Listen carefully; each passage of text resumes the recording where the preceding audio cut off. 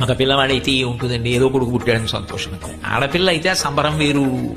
ఆ గజ్జల పట్టాలు చేయించి చిన్నప్పటి నుంచి అది నడుస్తుంటే ఆ గజ్జలు గల్లు గల్లు అంటుంటే మరి ఆ పరమేశ్వరుడు ఎలా పెడతాడో తెలియదు.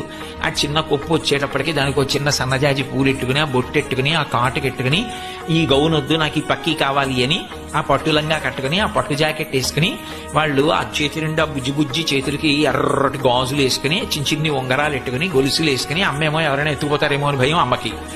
ఆ గుళ్ళో అమ్మ చిటికిన వేలు పెట్టుకుని ఇలా ఇలా చూసుకుంటూ ఎవరైనా ఫోటో తీయాలి కానీ ఫోటోకి పోజులు ఇచ్చి, ఆడపిల్లలకి ఎంత సంతోషమో.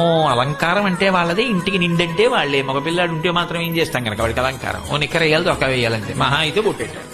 ఇంకేముంటుంది వాడికి చేయడానికి?